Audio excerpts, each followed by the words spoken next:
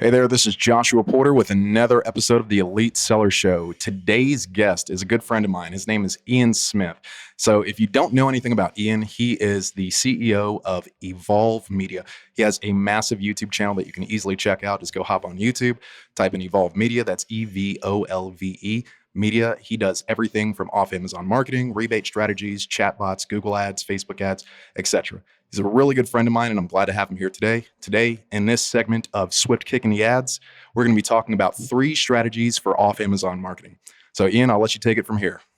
Awesome. Yeah. Thanks for having me on, Josh. I'm pretty excited to talk about some of the strategies that I talk about a lot on my YouTube channel. To be honest, I'm not really sure if I will show up in the search results for if they search Evolve Media. So if they just type in like Ian Smith and then Amazon or Ian Smith Amazon strategies, then I'll come up. But yeah, so let's jump into it with the first strategy, which I would say is ads, right? Google ads, Facebook ads. Now with Google ads, I tend to lean more towards Google ads these days because it's more specific. People are actively searching for specific keywords or some specific product. And then that Google ad can link them either directly to your Amazon listing page or to a landing page where they can opt in to get a promo code download, they give you their email address, they get a promo code, then they go use it on Amazon. But if you go straight from a Google search ad to an Amazon listing, Amazon is going to see that traffic coming from Google and they're going to like it. So if you use a special keyword that's going to give you some keyword juice, some keyword boosting, then that's going to give you a little bit of ranking power. And so that is basically Google ads. You have somebody that's actively searching for something, click on it, over to your Amazon listing. Conversion is then going to come down to how well does your Amazon listing convert if you get a bunch of reviews and all that kind of stuff. But Facebook ads, on the other hand, a lot of people are still, excited about Facebook ads, but I'm kind of losing love for Facebook just because the cost of advertising on Facebook is going up so much and it just doesn't, their pixel is losing power, that the effectiveness of the ad, the cost per clicks are just going way high. And so I'm just not a huge fan of Facebook anymore. So would you say that people are more in a buying mood when they go and search for a product on Google versus when they try to hunt for a product on Amazon through some kind of rebate ad or some kind of coupon ad? What are your thoughts on that, about buying patterns? Yeah, I would say when comparing Google to Facebook, they're definitely more in a buying mindset on Google and searching on Google than they are on Facebook. But if you compare Google to Amazon, I don't know. I mean, I think Amazon takes the win on that one because they're in Amazon. They're literally on a shopping platform searching for their exact product. So Amazon PPC ads is going to always be your best and most powerful ads to run. Like when we run Amazon PPC ads, our ACoS is very low and our ROAS, our return on ad spend, is usually between 4 to 6, where with Google ads, it's going to be lower. So they're actively searching for something on Amazon, which is going to, give you that already heads up in advance. But with Google, if you're running those kind of ads, you do want to mess around with Amazon attribution links so that you can see some kind of transparency into what ads and links and campaigns are working best for you. So you can, see, which keywords are working and things like that. But you definitely want to have some kind of tracking in the background. And then I'm also a big fan of residual value. So if you drive them to a landing page, are you getting their email address? What kind of data can you collect from them? Even if you just get them pixeled for retargeting purposes, what can you get if they don't end up actually purchasing? Okay. So essentially what you're doing is you're running Google ads to a landing page, collecting their information, then offering them a unique promo or asking them for an order ID and then sending them over to Amazon so that we can still get that rank juice for a particular product. And I imagine that the best utilization of this is, are you still using it for rebate strategies or is it just individual keywords? How are you going about utilizing these strategies? Yeah, so I mean, it can be for a lot. It can be for just straight ranking, like I said, where you have like a keyword juiced URL, and then some keyword attribution is going to come from that. You can do it with rebates, but if you're going to run Google ads for rebates, then here's a strategy I would recommend. Okay, so you still have a landing page, but on that landing page, you have a chatbot. Now, I know when people think chatbot, they think of ManyChat and they think of Facebook Messenger, but I'm more getting into landing page chatbots using a tool called Landbot. So what this chatbot allows you to do is basically embed an actual chatbot on a landing page. There's no way for them to type in anything. So the errors and deviations that a user can take are like significantly just gone because they can't actually type something in. The only time they're going to be able to type something in is when you let them, by letting them fill out a form field or click a button and things like that. So you drive them to a landing page. On this landing page is a chatbot, walks them through and explaining them your rebate process, gives them the terms, tells them, hey, you're going to go click on here. Then you're going to come back to this page after you order on Amazon. Then you're going to give us your order ID. And then we can link that chatbot with your Seller Central account, and we can automate the actual order verification process and then automate the actual payment process through a number of different ways. But basically, that's the strategy: is Google ad to landing page, they go through the chatbot, they buy on Amazon, they come back, verify their order, and then they get their actual gift card, or however you want to go about rebating them. But that strategy has been working pretty well. So that's actually a pretty unique strategy, and I definitely like the idea of that, especially with the simple fact that they just are essentially following prompts. And if only ManyChat actually put that in place, where people just opt into an ad and they just don't start typing away. But I think they want that freedom and that liberty to have people in Messenger be able to have a conversation if necessary. But the way that Landbot sounds like it's set up is very unique, and it sounds like it can fit almost any single platform. Especially when it comes to these kind of strategies. I definitely want to pick your brain a little bit more on Google Ads, because I know that you've been talking about it extensively on your YouTube channel. What do you see are the massive benefits to Google Ads, and how do they compare to PPC ad campaigns on Amazon? So Google Ads has this really cool campaign called a Smart Campaign. It does rely on conversion tracking. So if you're driving them to a chatbot with the rebate example, you want to have some kind of conversion event get fired so that that information can be sent back to Google, and Google can know, hey, we sent a successful conversion through. So the chatbot, that's another little pro for Landbot, is that you can actually fire some kind of conversion event using some kind of JavaScript code, some kind of external PHP code. You can do a lot of different codings with these chatbots with Landbot, but you can't do that with ManyChat, which has always been a frustration of mine because I want to be able to track my conversions, because that's how the ads perform a lot better.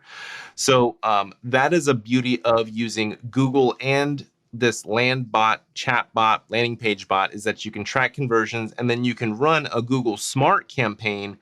And so far, when we run Google Smart campaigns, optimizing for either sales or for leads, and we split test that against your regular Google conversions campaign, this is all search type of campaigns that I'm talking about here.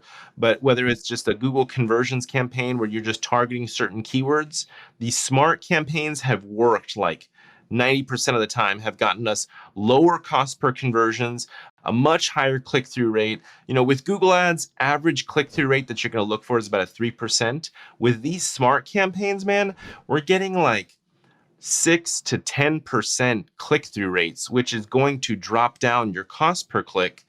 And I don't know how they're doing it. I mean, basically, it's the Google artificial intelligence that is serving your ads wherever. I don't even know. They don't even really give you that much information as to where it's being served.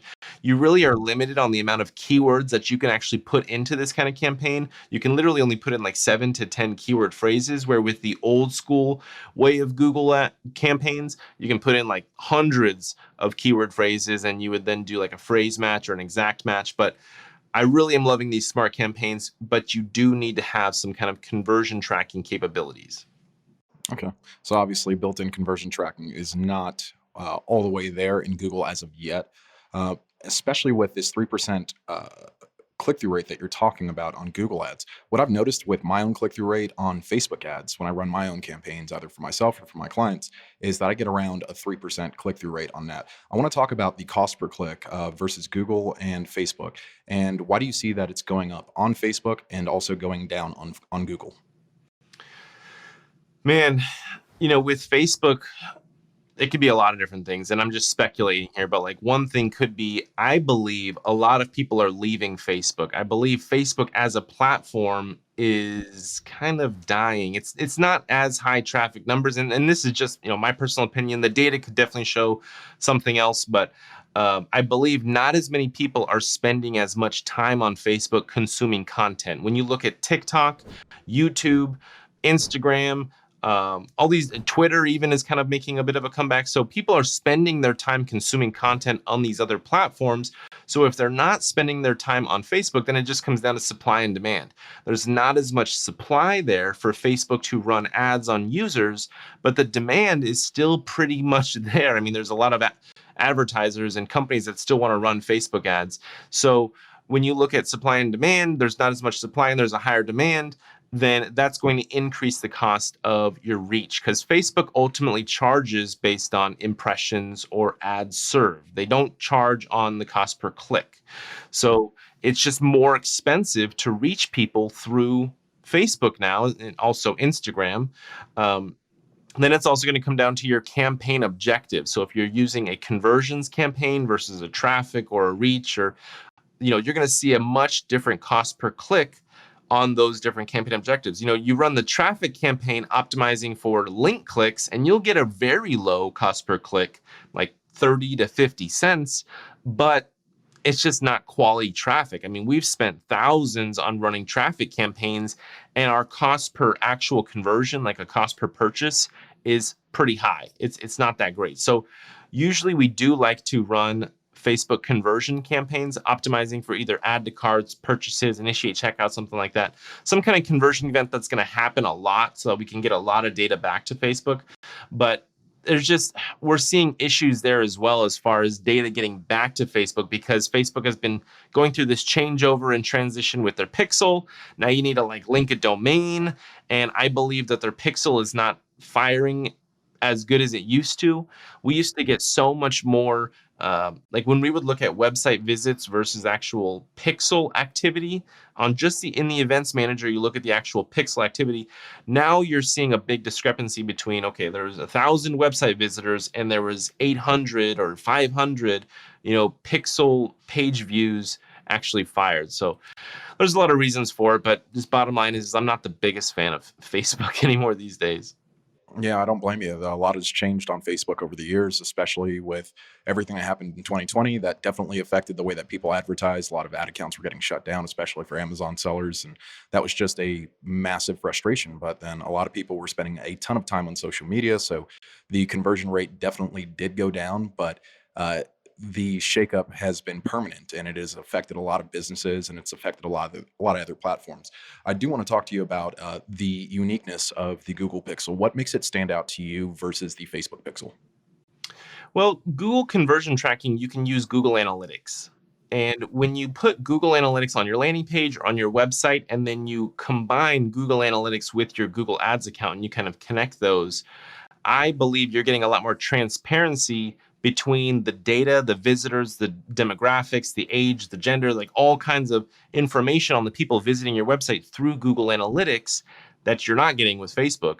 That's for sure. Facebook cut back dramatically on the amount of data that they're giving their advertisers, as far as, okay, so let's say you have 50 conversions, purchase conversions showing for this one campaign, and then you go into the breakdown and you try to look at, okay, what age range was those conversions, what gender, what state. And Facebook used to give you all kind of information on those actual conversions. Now it's all gone. So you have no idea. It'll show you 100 add to carts, but it won't show you what age range those add to carts came from. And so it gets a little bit tricky when you're trying to actually take that data and then optimize from it and launch new campaigns using that data. But with Google, it's a lot clearer to see, okay, this age range, 25 to 35, is giving us some really great clicks and some really great conversions and stuff. So let's go ahead and just target that age range and see what kind of results we get. Yeah, and I think one of the biggest contributors to Facebook's lack of information now was when they were very transparent about all the data that they had, and the whole Cambridge Analytica scandal happened, where Mark Zuckerberg was in court uh, telling a bunch of people in Congress what Facebook does and trying to help them troubleshoot how to fix their phones. But also, the simple fact is Facebook makes money by running ads and collecting data.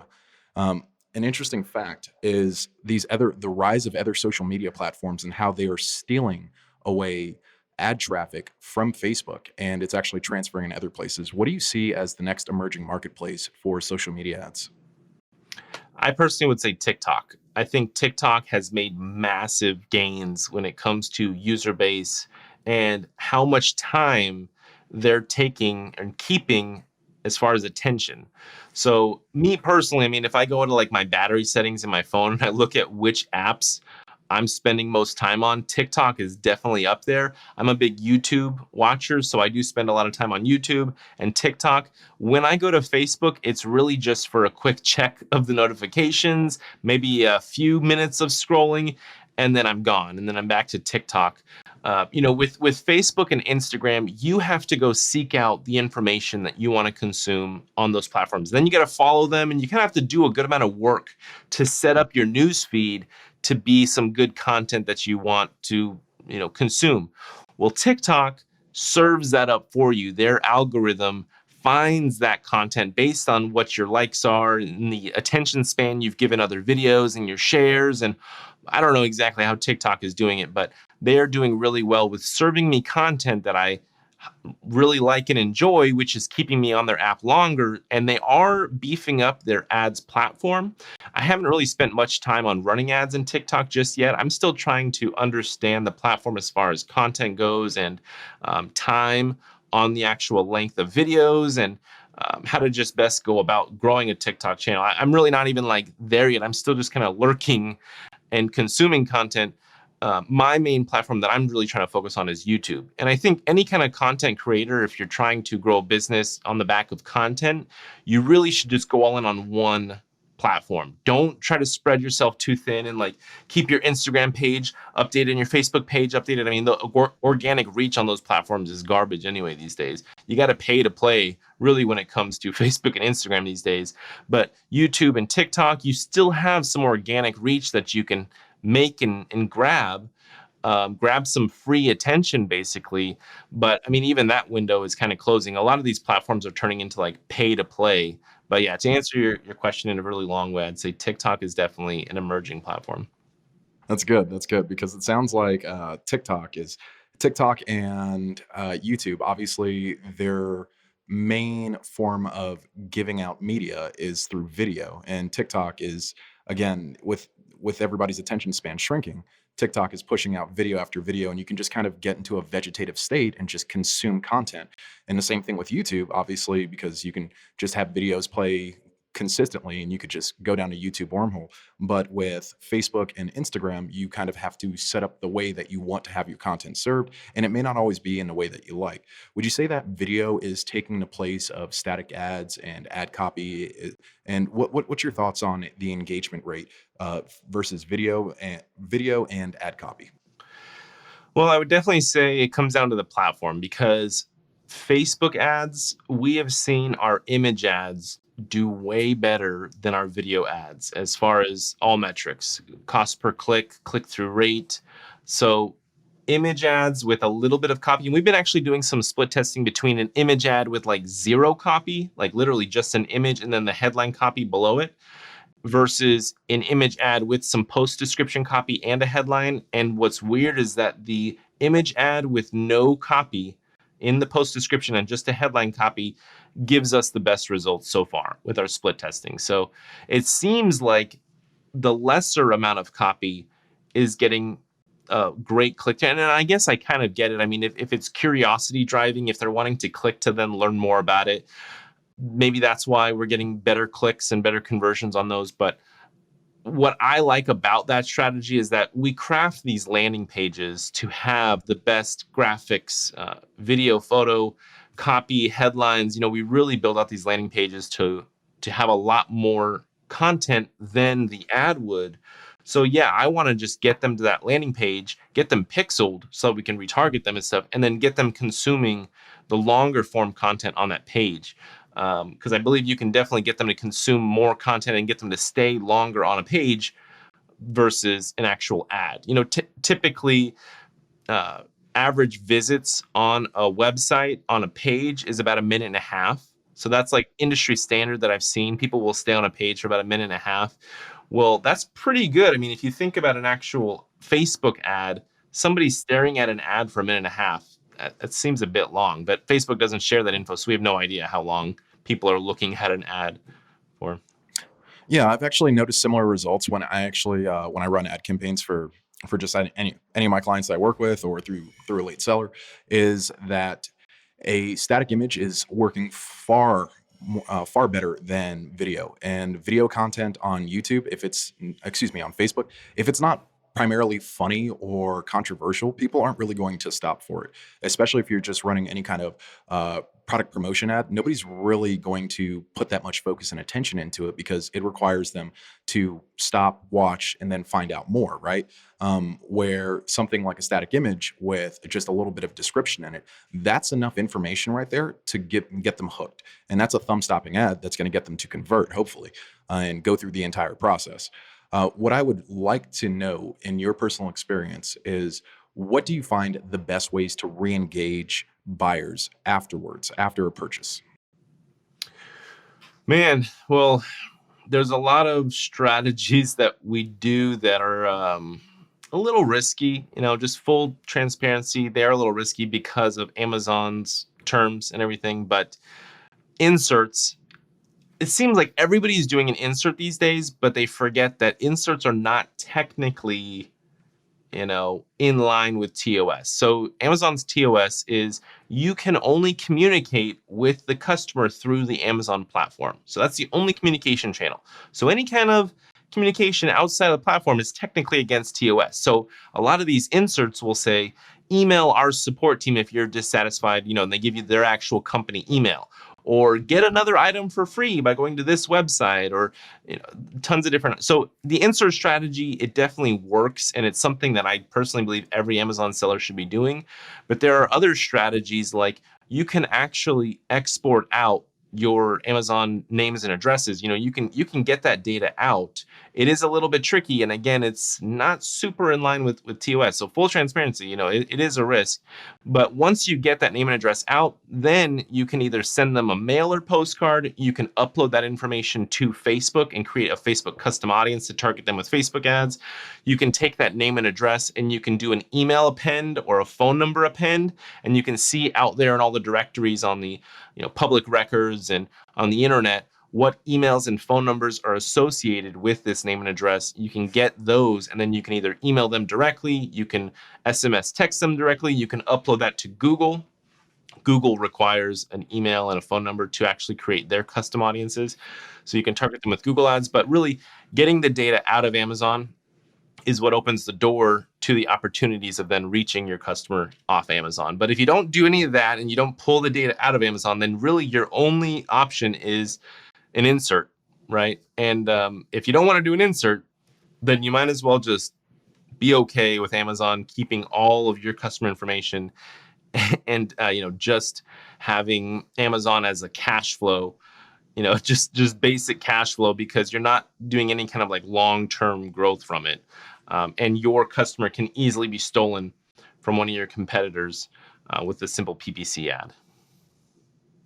And that's an interesting point that you make when it comes to Google's custom audiences versus Facebook's custom audiences. Because with Facebook, technically, all you really need to make a custom audience is essentially their state, their city, state, and zip code, and it'll do somewhat of a match rate. The more data that you obviously add to it with their name and their email address and their phone number makes it more accurate. But Google, on the other hand, is actively asking you for their email, their phone number, their name, and address.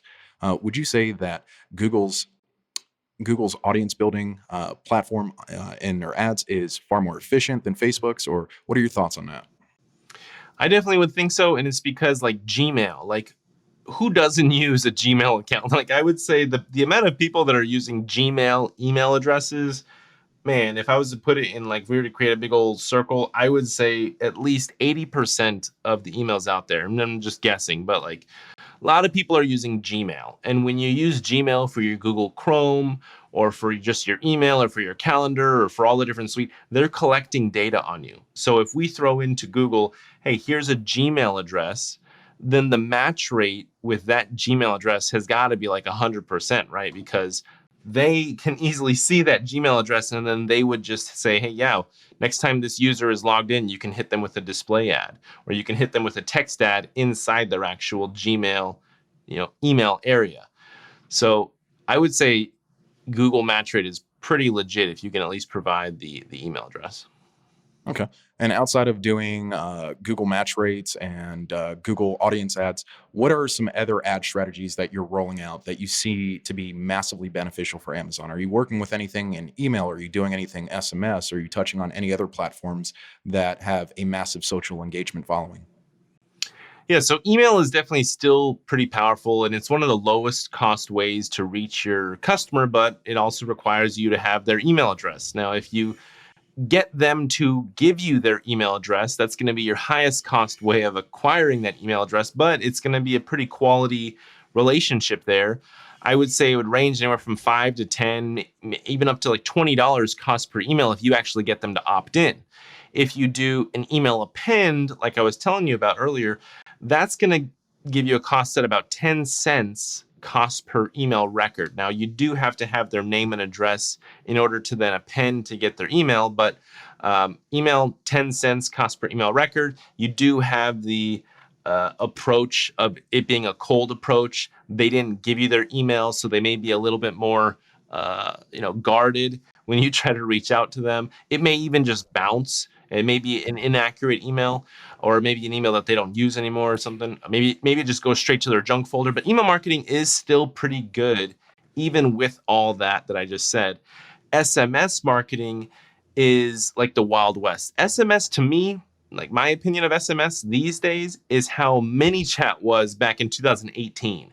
It's like the Wild West. Like there are no like rules and restrictions. Like you can grab some phone numbers, you can send them a message. You're not going to get your page shut down. You're not going to get into massive trouble, or at least the risk is very low, because I don't believe that there is a lot of policing going on right now with SMS marketing. So I highly recommend. I mean, I was kind of against SMS for the longest time because it is slightly intrusive, but with the last presidential campaign that just happened, I mean, I got blown up with text messages about who I was going to vote for, or, different things like that. I'm still getting blown up with different marketing companies and things like that. But I do think that SMS text marketing is a blue ocean, and there's a lot of opportunity there to reach customers and not necessarily risk the whole 24-hour rule, getting a page shut down, making people mad.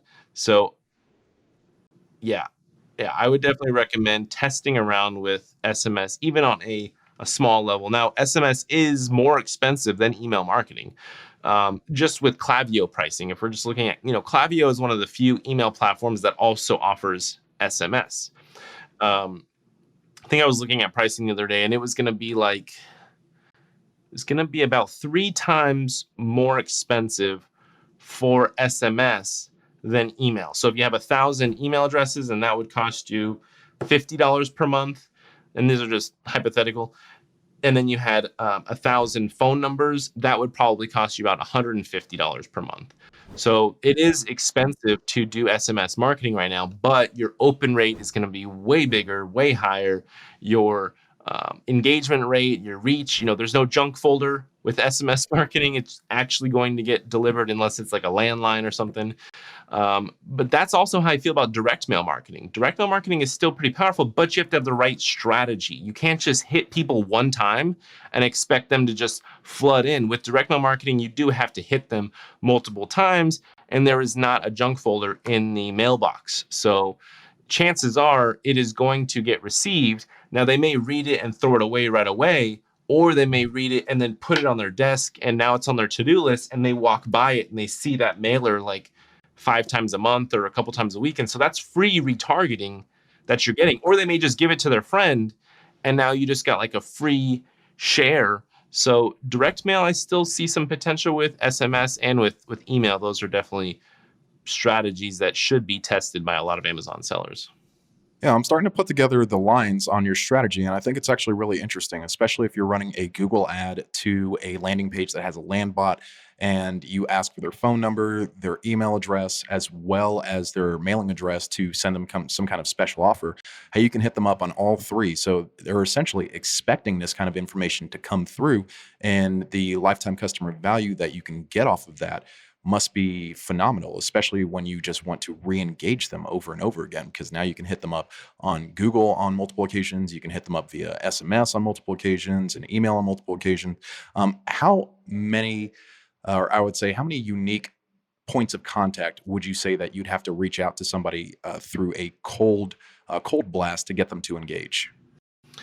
So, cold blasts, you want to be somewhat conservative because you want to be respectful, right? If you're going to cold blast email them or SMS them, what you should do is hit them and get them to opt in. So hit them with an email and say, we'd love to give you 30% off your next order from us. Come over here to give us your name and email again to opt in for this 30% off code. And then once they give you an email a second time, now you're in and you can market to them 10 times, 20 times in the following months. Same with SMS. Get them to give you their phone number again to opt in, to legitimately opt in now. Then you can continue to market to them. But if you're just hitting a cold list, I mean, I wouldn't really recommend hitting them more than twice cold, because again, you could just really make them mad, and you don't want them to have a negative image of your brand and product and service. Yeah, you don't want that negative buyer experience. It's just going to sour the entire mood, and especially if you hit them up an additional time, that's where you could just be essentially crossing the line, get your phone number blocked, get it reported, get the email marked as Exactly. spam, and that could just cause a heap load of trouble for your business, especially if you get put in that spam bucket. So I want to know what kind of strategies you're actually using for Google Ads direct to Shopify. Are you targeting it where it's just a small percentage off, or are you just targeting people based on interest? What are your strategies in regards to Shopify? So Google Add to Shopify, you got to, first things first is make sure you have conversion tracking set up in the most accurate and legitimate way. That's been a bigger issue. Google and Shopify, it doesn't seem like they're playing super nice just yet. It's not the easiest. Like, setting up conversion events with Facebook is a lot easier than setting up conversions with Google, in my opinion. So you want to make sure that your conversion tracking is set up and it's accurate and it's happening perfectly. Then I would say test around with the smart campaigns that I mentioned, optimizing for purchases for multiple different campaigns. Now you can put in different variations of ad copy. So you can put in like 4 different ad copy variations. You can put in like multiple images with these smart campaigns. You can run with Shopify, you have the ability to run Google Shopping campaigns. You can do Google Display, and then YouTube campaigns with Google, I would say, is mostly going to be for staying top of mind, brand awareness, just reminding them, because the cost per click with the YouTube ad is like sky high. Like, not many people click on YouTube ads. If anything, they're just looking for that skip button. So driving traffic with a YouTube ad is pretty expensive and not super fruitful. So you got to look at YouTube ads as more of like a brand awareness, more of like a top of mind, just staying out there in front of your customers. It may work better as an actual retargeting strategy versus like a cold traffic strategy. But Google is pretty legit. Google works pretty well. You just need to test around and find the strategy that's going to work for you. You're not just going to launch one campaign and then immediately out the door just see great success. You need to test around with the different campaigns, the different campaign objectives, maybe launch a search campaign testing with different keywords, different ad copy, all that. Okay.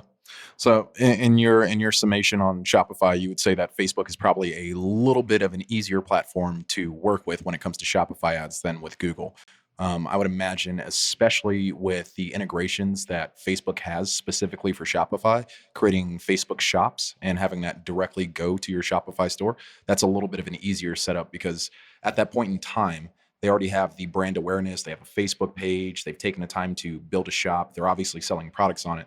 And then they can just funnel all traffic either to the website, to Shopify, or to the Facebook page, where they can just get hit on multiple engagement points with the type of products that they're offering and the services that they're bringing to the table.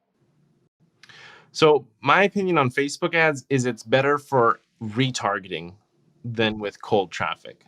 So you get people to visit your Shopify store through your Google ads, through keywords that they've searched. You get them pixeled with your Facebook pixel. Then you retarget them with Facebook and Instagram ads, and you get them to come back and complete the sale and buy again. That's where I've seen the best Facebook performance, especially in the B2B category. B2B just seems very poor. It's when we run B2B Facebook ads, cold traffic targeting, it just doesn't work out that well. But retargeting with Facebook B2B and B2C gives us probably the best results. And then, yeah, you got the conversion tracking. And then also you can do a product catalog and you can do dynamic product ads. So if they looked at specific products on your Shopify store, you can retarget them and show them an ad showing them those exact products that they looked at. Those are pretty powerful. Yeah, I think that's actually a pretty unique approach, especially that you have that set up that way. What I'd like to pick your brain on real quick is, since Prime Day, what kind of ad strategies were you doing for your clients on Prime Day to get them prepped? Mostly for short term. So one thing that I recommended was just putting a coupon on your actual listing so that users can just clip that coupon and then get a little bit of a discount. But with short term deals and promotions like that, ads are not really the best way to go about it. So that's where you would just do an email blast, an email marketing campaign or an SMS campaign telling them, hey, we got our product X% off for Prime Day. So click here to take advantage of our sale now. So with short-term deals, email and SMS is really the best way to communicate out the deal. And what about long-term strategy versus short-term strategy when it comes to Google? When it comes to the Prime Day stuff? No, just Google ads in general for product campaigns.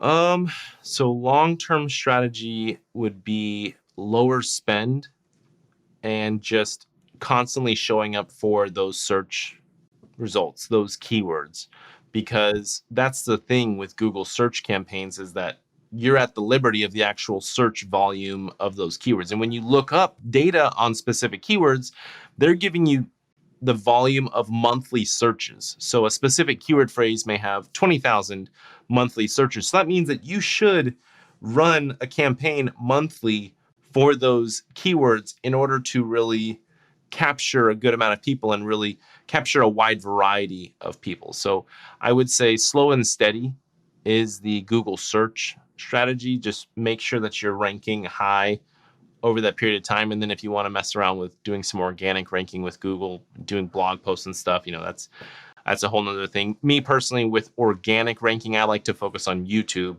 try to organically rank high in the YouTube results. Ultimately, if you rank high in the YouTube results, you will also that video will rank high in the Google search results. I've had multiple people reach out to me saying that they found me from a Google search. They found my YouTube video from a Google search. So, yeah, that's just organic Google though, but just slow and steady wins the race, I think, with Google search ads. Okay. And lastly, before we wrap up, how did you actually get into the Amazon game? Oh man, I think it was just slowly meeting more and more Amazon sellers. Like, we were mostly doing Facebook ads and we were mostly doing Shopify and driving ads to owned websites. And then a lot of these clients said, hey, I also sell on Amazon. Can we try to drive some ads to my Amazon listings? And as we did that, then we started to, back in that time, that was like 2017, and it was like a black hole. Sending any traffic to Amazon was like a black hole. You had no idea if it converted, if it did anything. So then we developed a tool that allows us to export out Amazon customer data, import it into Facebook so that we could at least track the performance of our ads. When we send Facebook ad traffic over to Amazon, we could at least see which ad led to a purchase. And then we just built on that tool, and it allowed us to then target people that retarget those Amazon customers with Facebook ads.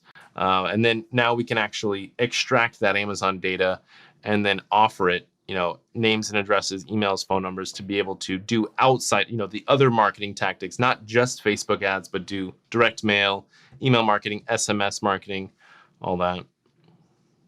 So yeah, you essentially just had your own. You were still running your own agency, but then eventually people just started reaching out to you, asking you for assistance from driving traffic from their website now to drive traffic on their products, on their product pages on Amazon, and that's essentially what led to the snowball of Ian at Evolve Media. That's actually a really interesting way that you got involved. You were already running your own agency, and then eventually you just got pulled into this. Now you focus on Amazon product launches specifically.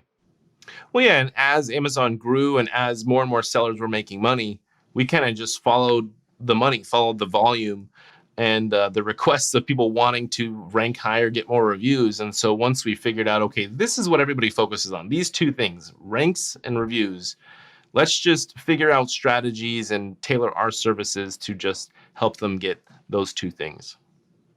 And what do you say is going to be the most beneficial way to actually get more reviews on Amazon? I think owning your customer data, being able to communicate with your customer off Amazon. So having their email address, their phone number, their name and address, getting them to buy from your actual owned website, having that communication channel outside of Amazon also helps you to drive your sales on Amazon, get reviews on Amazon, launch new products on Amazon, because you can then say, hey, we just launched a new product. Go buy that product. Here's a 10% off promo code. Go buy our newest product. And that's going to give you that sales volume that you need, that keyword attribution that you need, and then the reviews after they buy.